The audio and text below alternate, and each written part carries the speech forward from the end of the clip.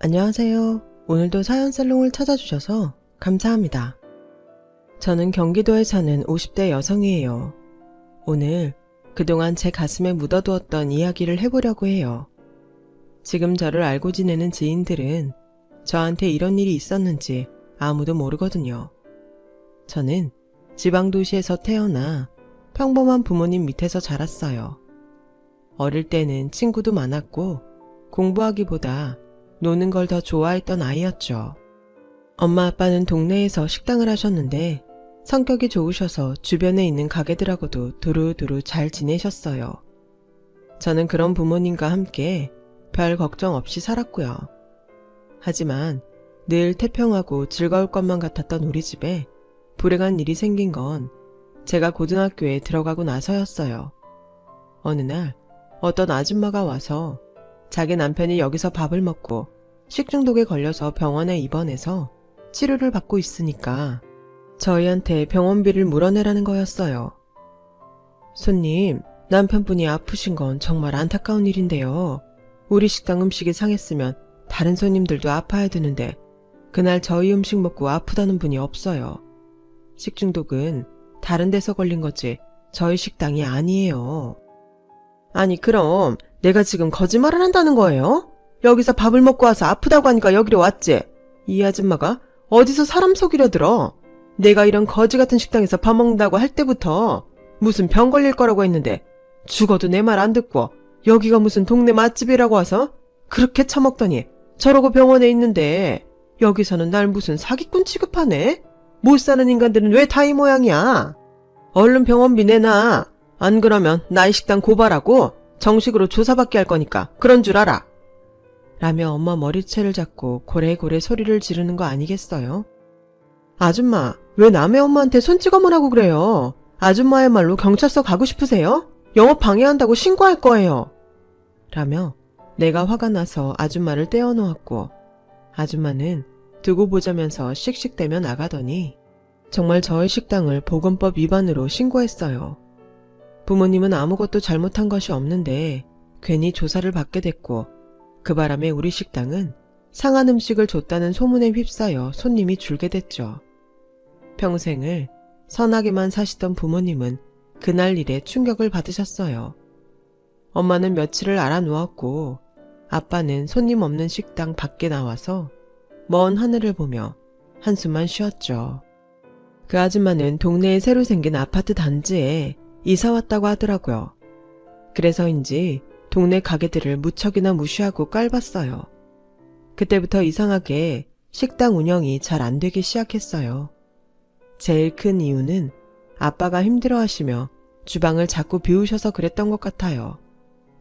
사람들 마음이 다 나같지는 않다고 해도 어떻게 이럴 수가 있는지 그동안 나를 그렇게 오래 봐왔던 사람들이 그런 소문 하나 믿고 외면하는 게 너무 억장이 무너져서 아무것도 못하겠어.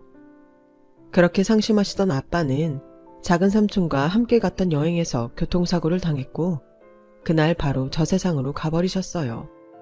우리 형 바람 쐬고 기운 내자고 간 건데 이렇게 가버리면 내가 형수랑 선아를 어떻게 봐. 형, 이렇게 가면 안 돼. 라며 아빠를 붙잡고 우는 작은 삼촌 옆에서 저와 엄마도 펑펑 울었어요. 정말 하늘하고 땅이 뒤집어지는 것 같다는 게 무슨 말인지 실감이 났어요. 고등학교 2학년 때까지 낙천적으로 즐겁게만 살아왔던 저에게 처음으로 인생의 쓴맛을 느끼게 했던 일이었어요. 저는 아빠의 고향에 있는 선산에 아빠의 관이 땅속으로 들어가는 걸 보면서 우리 식당 때문에 식중독에 걸렸다고 난리친 여자를 생각했어요. 그리고 돈도 많이 벌고 될 수 있는 대로 좋은 직업을 가져야겠다고 마음먹었죠. 그 이후로 저의 삶은 이전과는 180도로 변했어요. 학교 등교 시간보다 1시간 일찍 가서 공부했고 수업이 끝난 후에는 도서관에서 불이 꺼질 때까지 있다가 오곤 했어요. 피곤하고 힘들고 더 자고 싶을 때도 많았지만 그때마다 억울하게 돌아가신 아빠를 생각하며 말 그대로 이를 악물고 힘을 냈죠. 정말 독하게 하면 된다고 저는 서울에 있는 상위권 대학에 합격했어요. 제가 1학년 때랑 2학년 절반 넘게를 허송세월 보낸 거에 비하면 이것도 잘한 거였어요. 저는 대학에 입학하자마자 바로 회계사 시험 공부를 시작했어요. 응시 자격을 맞추기 위해서 회계사 관련 학점을 따고 공부를 하고 아르바이트를 하느라 대학 내내 정말 바쁘게 시간을 보냈어요. 그 사이 저희는 가게와 집을 전부 처분해서 경기도로 이사를 했어요. 엄마는 이사한 데에서 멀지 않은 곳에 작은 가게를 얻어서 다시 식당을 하기 시작했죠. 원래 주방일은 아빠가 주로 하셨지만 엄마 음식 솜씨도 아빠 못지 않았어요. 거기다 수완도 좋은 편이어서 사람을 끌어들이는 것도 잘했어요. 엄마 가게는 작지만 점점 동네 사람들에게 입소문이 나기 시작하더군요.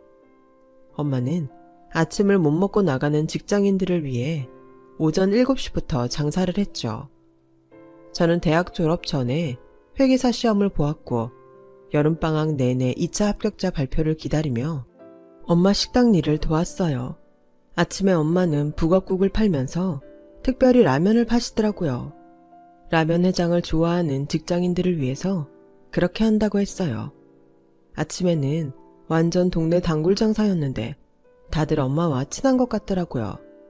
그 중에 어떤 여자분이 엄마한테 꼬박꼬박 사장님이라고 불렀는데 제가 딸이라서 그런지 내심 듣기가 좋더라고요. 저는 그분에게 반찬 한 가지라도 더 갖다 드렸죠. 우리 엄마 사장 대접 톡톡히 해주는 대가로 주는 서비스예요. 이 가게 운영하시는 분이니까 사장님 맞잖아요. 음식도 만드시고 계산도 하시고 직접 갖다 주실 때도 많고요. 사장님이 따님 자랑을 얼마나 하는 줄 아세요? 공부도 잘하고 똑똑하다고요. 저번 회계사 시험 1차도 합격했다면서요? 진짜 멋져요. 난 공부 잘하는 사람 보면 너무 부럽더라고요. 2차까지 합격해야 되는 건데 아직 몰라요. 안 되면 저도 그냥 회사 취직해야죠. 그러지 마세요. 여태까지 공부한 게 있는데 너무 아깝잖아요. 그리고 분명히 잘 될 거니까 염려 푹 넣고 있으세요. 제가 이래봬도 사람 보는 눈이 있다니까요. 빈말이었지만 제 긴장을 풀어주려는 그분 배려가 너무 고마웠어요. 그 덕분이었는지는 몰라도 방학이 끝나갈 무렵 발표된 회계사 2차 합격자 명단에는 제 이름이 당당히 올라가 있었어요. 엄마는 너무 좋아서 합격자 발표날 하루 종일 손님들한테 돈도 안 받고 오는 사람마다 서비스로 반찬까지 챙겨주셨어요. 다음날 아침 일찍 오는 직장인들한테도요. 저를 격려해 주셨던 여자분은 밤에 퇴근하면서 제게 명품 지갑을 선물해 주셨어요. 이렇게 비싼 걸 제가 어떻게 받아요? 너무 고맙긴 한데 마음만 받을게요. 제가 백화점 명품 매장에 있거든요. 제가 구입할 수 있는 걸로 산 거니까 부담 갖지 마세요. 회계사님이 이런 거 하나 정도는 갖고 계셔야죠. 그동안 어머니가 너무 잘해주셔서 조금 갚는 거예요. 알고 보니 그분은 유명 백화점 명품 매장 매니저였어요. 엄마와 저는 고맙다고 인사하고 그 후로도 그분과 더 가깝게 지냈죠. 남동생분도 가끔 같이 왔는데 대기업에 다닌다고 하더라고요. 부모님은 두 분 다 일찍 돌아가시고 어렵게 자랐지만 착실한 분들이었어요. 저는 좀 이름 있는 회계사 사무실에서 일을 시작했고 그러면서 결혼할 사람을 만나려고 노력했어요. 고등학교 때 부모님 식당을 모욕하고 아버지가 사고로 돌아가시는 원인을 제공한 그 아줌마가 제 마음속 한이 된 것 같아요. 회계사로 일을 해도 속이 후련하지 않더라고요. 저보다 좋은 직업을 가진 남편을 만나서 아무도 무시하지 못하게 살아야겠다는 생각이 점점 더 강해졌어요. 잘 사는 사람이 돼서 좋은 아파트에 살아야 아무도 찍소리 못하겠지. 그런 마음만 강해졌고 저도 모르게 그런 사람을 찾고 있었어요. 그러다 보니 연애를 해도 오래가지 못했고 저와 비슷한 환경에서 자랐거나 중산층이면 마음에 들어도 결국 계산을 하다가 헤어지곤 했죠. 선아야, 사람을 만나는데 마음을 따라가야지 조건만 보는 건 안 된다. 그러면 우리한테 행패 부렸던 고향 그 여자하고 뭐가 다르니? 네 마음이 가는 사람이 잘 살면 모르겠지만 잘 사는 것부터 따져보고 만나지는 마라. 엄마, 나는 다시는 그 아파트 아줌마 같은 사람들한테 무시당하면서 살지 않을 거야. 그러려면 우리도 돈이 있어야 되고 좋은 직업 가진 사람을 만나야지. 세상에 엄마 말처럼 따뜻하고 착하기만 하면 나도 이러지 않아. 그렇게 당해봤으니까 안 그러려고 하는 거야. 그래, 이게 다 힘없고 못 배운 부모 탓 같구나. 우리가 조금만 잘 살았어도 너한테 그런 큰 상처를 주지 않는 건데. 이게 왜 또 엄마 아빠 탓이야. 절대 그렇지 않아. 세상에 그런 거고 어쩔 수 없는 거야. 제발 그러지 마. 라며 한숨 쉬며 자책하는 엄마를 달래려고 애썼어요.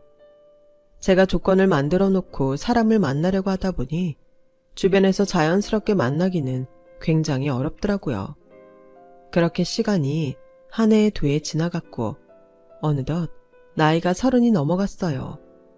엄마는 제가 결혼을 안 한다고 걱정이 많았죠. 저는 더 큰 회계법인에서 일자리 제의가 와서 그쪽으로 옮겼어요. 엄마, 나 전에 다니던 데보다 더 좋은 직장에 갔으니까 진짜 내가 만나고 싶은 사람 찾을 수 있을 거야. 그래, 네 마음이 그렇다는데 나도 더 이상 뭐라고 할 말이 없구나. 엄마야말로 이제 식당 그만해. 다리도 아프고 힘들다면서 왜 계속 하는데? 나 이제 돈 잘 벌잖아. 다리야, 내가 구부렸다 폈다 열심히 하고 물리치료 받으면 금방 괜찮아져. 일이라는 게 그렇게 쉽게 손이 떼지는 건지 알아? 그래도 이 식당으로 우리 식구 먹고 살았잖아. 나한테는 귀한 내 직업이야. 아침마다 내가 차려주는 북엇국이랑 라면 기다리는 애들은 어떡하고. 네가 정 불편하면 아침 장사만 할 테니까 그만두라고만 하지 마.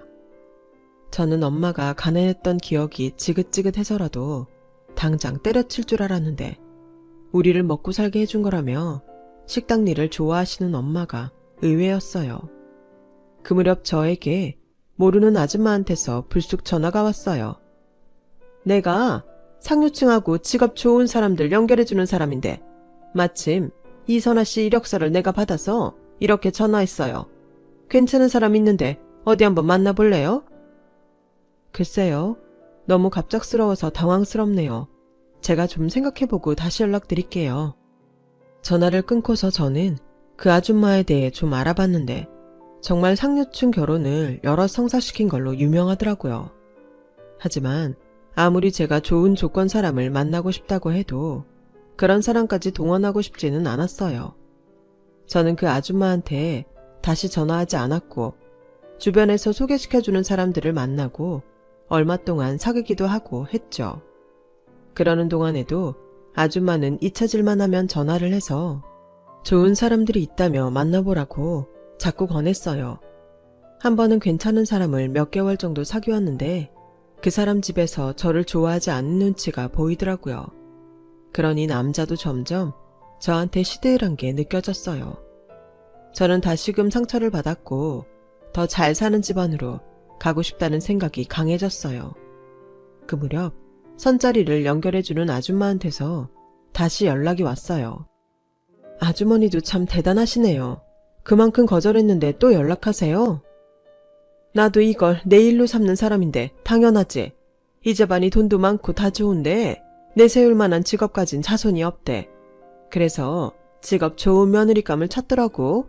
여자 배경은 상관 안 한대. 부동산으로 돈을 엄청 많이 벌어서 강남 웬만한 데에서도 이 집안은 무시 못한다고 하더라고. 한번 만나볼래? 저도 속으로는 정말 내가 원하는 배경의 집안에서는 우리 집처럼 서민은 받아들이지 않을 거라는 걸 어느 정도 알아가고 있었어요. 현실을 알게 되었던 거죠. 그래서 돈 많고 다른 사람들이 함부로 무시 못하면 되겠다 했는데 아줌마가 딱 제가 생각하고 있던 사람을 소개한 거죠. 남자는 대학에서 강사를 하다가 얼마 전부터 입시학원에서 아이들을 가르친다고 하더라고요. 남자 직업이 썩 마음에 드는 건 아니었지만 그래도 한번 만나보기로 했어요. 저는 이렇게 중간에서 누가 소개해줘서 만나는 게 두 번째예요. 처음이 아니니까 익숙해지지 않을까 했는데 그렇지도 않네요. 저는 처음이라 그런지 어색할 거라고 생각했는데 생각보다는 괜찮은 것 같아요. 그러면 다행이에요. 저는 선아 씨가 불편하실까봐 염려되더라고요. 라는데 조금 작업성 멘트 같기도 했지만 저한테 호의를 가지고 대하는 게 보여서 기분 나쁘지는 않았어요. 남자는 저를 계속 만나기를 원했고 저도 좋다고 했어요. 그렇게 만나기를 3개월 정도 했더니 아줌마가 남자 어머니가 저를 보고 싶어 한다고 하더라고요. 저희가 어떻게 만나고 있는지 다 알고 계신 거였어요. 남자 집에서 좋은 사람 달인해달라고 했으니까 그쪽 집에 계속 연락해서 소식 듣고 있었지. 아니라고 하면 다른 사람 소개시켜야 되잖아. 근데 그쪽에서 꽤 마음에 들어하네. 어머니 만나봐. 이런 만남은 오래 끌면 안 돼. 빨리 결정해야지. 하긴 주변에서 연애하는 거 아니고 선본 거면 길게 끄는 거 아니라고 하더라고요. 저도 마음이 있었고 결혼도 생각했기 때문에 만나보겠다고 했어요. 남자 어머니는 굉장히 화려하고 말주변도 좋은 사람이었어요. 내가 진짜 돈복도 있고 다 좋은데 똑똑한 사람하고는 연이 없더라고. 그래서 어떻게든 며느리는 머리 좋고 돈 잘 버는 직업을 가진 사람 얻어야겠다. 아주 벼르고 별렀지. 그랬더니 정말 이렇게 회계사를 만나게 되네. 이름이 선아라고 했지? 선아 너도 이제 걱정 마라. 내가 사무실 차려주고 너 팍팍 밀어줄 테니까 하고 싶은 대로 다 해봐. 안 그래도 남자 어머니는 온몸을 유명한 명품들로 다 휘두르고 나왔어요. 근데 그게 좋아 보이지만은 않더라고요. 돈이 많아서 쓰고 싶은 거 쓰는 건 자유지만 너무 남들한테 보여주려고 하는 게 부담스럽게 느껴졌거든요. 저는 제가 더 이상 무시당하고 살고 싶지 않아서 높은 데 올라가고 싶었지. 이렇게 돈 많다고 자랑하듯 꾸미고 다니는 건 좀 아니다 싶었어요. 하지만 저는 더 좋은 자리가 없을지도 모른다는 생각에 마음이 조급했어요. 그래서 성격이 외향적이라서 그렇다고 좋게 받아들이려고 애를 썼죠. 몇 번을 더 만나면서 좋게 생각하며 지나가다 보니 어느새 저와 남자의 결혼은 기정사실화 되어가고 있었어요. 엄마도 집에 인사 온 남자에게 따뜻하게 잘해주셨고요. 나는 다른 거 바라는 거 없어. 우리 선아, 더는 세상에 상처받지 않게 자네가 잘 다독이며 재미있게 살았으면 좋겠네. 염려 마세요, 어머니. 제가 정말 잘하겠습니다. 엄마는 그런 남자에게 계속 고맙다고 하시는데 엄마가 저 때문에 마음고생을 하신 것 같아서 너무 미안했어요. 저희는 상견례 날짜를 잡자고 했는데 남자 어머니는 그런 거 너무 거창하게 하지 말자고 하더라고요. 겉으로 보이는 거 좋아하고 꾸미기 좋아해서 좀 의외였어요. 우리 애 아빠도 없고 니네 아버지도 없는데 그냥 가족끼리 모여서 식사한다는 느낌으로 간단히 저녁만 먹자. 네, 그건 저도 좋아요, 어머니. 엄마도 괜찮다고 하실 거예요. 저는 어머니가 섭섭하실까봐 그렇죠. 나 그런 거 가지고 섭섭해하는 사람 아니다. 그건 그렇고 주말에 시간 좀 비워라. 내가 너 머리끝부터 발끝까지 제대로 싹 옷이랑 구두 맞춰줄게. 어머니, 그런 거는 결혼하고 나서 해주셔도 돼요. 아니다. 나는 내 며느리 될 사람이 허접하게 하고 다니는 거 싫다. 누가 네 돈으로 하랬니? 내가 다 돈 낼 테니까 걱정하지 마. 제가 허접하게 하고 다닌다는 말이 마음에 걸리기는 했지만 원래 생각하고 말하는 사람이 아닌 것 같아서 그냥 받아 넘겼어요. 그리고 주말에 남자와 남자 어머니와 함께 백화점 명품 매장에 갔죠. 거기서 저는 뜻밖의 사람을 만나 너무 반가웠어요. 바로 엄마 식당 단골이고 저한테 명품 지갑을 선물해줬던 언니였어요. 저는 너무 반가워서 아는 척을 하려고 했는데 언니는 매니저답게 깍듯이 예의를 지키면서 저희를 대하더라고요. 남자 어머니는 매장에서도 온갖 물건을 다 꺼내오게 하고 좀 난리 법석을 피우는 스타일이었어요. 저한테 잘해주려고 하는 건 알겠는데 정말 결혼해도 될지 자꾸 마음에 의문이 드는 행동을 많이 하더라고요. 소파에 발을 올리고 앉기도 하고 직원들에게 명령하듯 물 가져와라, 우리 며느리 되래, 홍차 대령해라 이러는데 정말 민망했어요. 옷이고 구두고 다 필요 없다고 하고 나와버리고 싶었죠.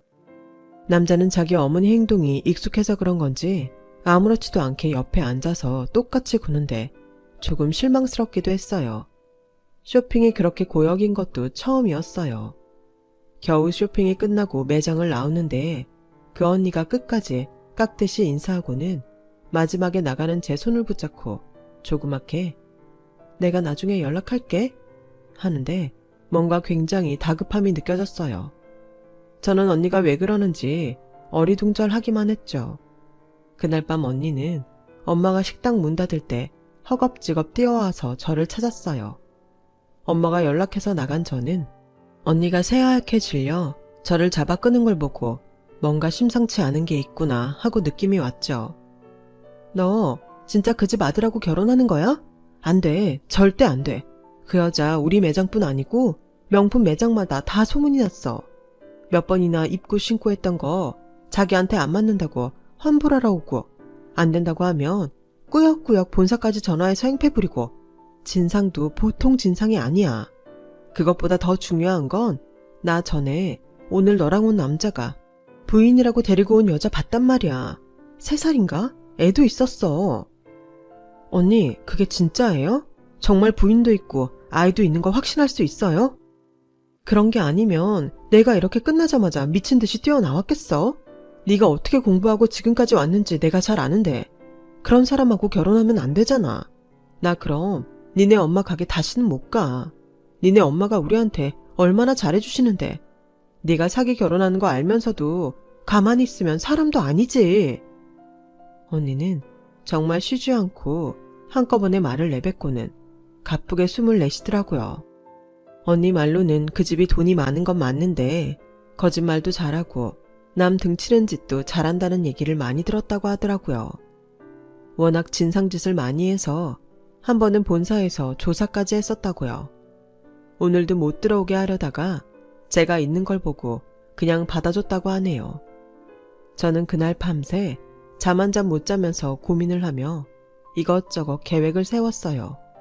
그리고 며칠 후에 저랑 엄마랑 남자, 그리고 남자 어머니랑 같이 저녁 식사할 곳을 예약했어요. 꽤 비싼 한정식집을 예약했다며 제가 다 내겠다고 하니 남자 어머니는 저한테 안목이 있다며 굉장히 좋아하더라고요. 두 집이 저녁을 먹는 날, 남자와 남자 어머니는 나란히 온갖 명품 상표가 찍혀있는 옷을 입고 나왔어요. 엄마는 아무 말 없이 그런 두 사람을 쳐다보기만 했죠. 따님을 참 똑똑하게 키우셔서 얼마나 보람 있으세요? 돈 없는데 애라도 잘 됐으니 정말 다행이시죠? 라며 생각 없는 말에 엄마는 아무 대답도 안 하시더군요. 저는 잠깐 밖에 좀 나갔다 오겠다고 하고 자리를 비웠어요. 그리고 돌아왔더니 자기 아들이 너무 순진하고 여자도 모르고 자랐다는 얘기를 늘어놓고 있더군요. 어머니, 저희가 여자도 모르고 자라서 저 같은 사람 숨겨놓은 건가요? 라는 말에 남자와 남자 어머니가 깜짝 놀라서 그 자리에서 일어났어요. 제가 밖에 나가서 기다리고 있던 남자 부인과 아들을 데리고 들어왔거든요. 아니, 네가 어떻게 여기까지? 여기가 어디라고 감히? 어디긴요. 어머니 아들, 저 남자 또 결혼하려고 멀쩡한 아가씨한테 사기치는 자리잖아요. 무슨 그런 말이 있니? 너랑 우리 선웅이는 끝났잖아. 내가 너는 따로 나가 살려고 했으면 그게 끝난 거지.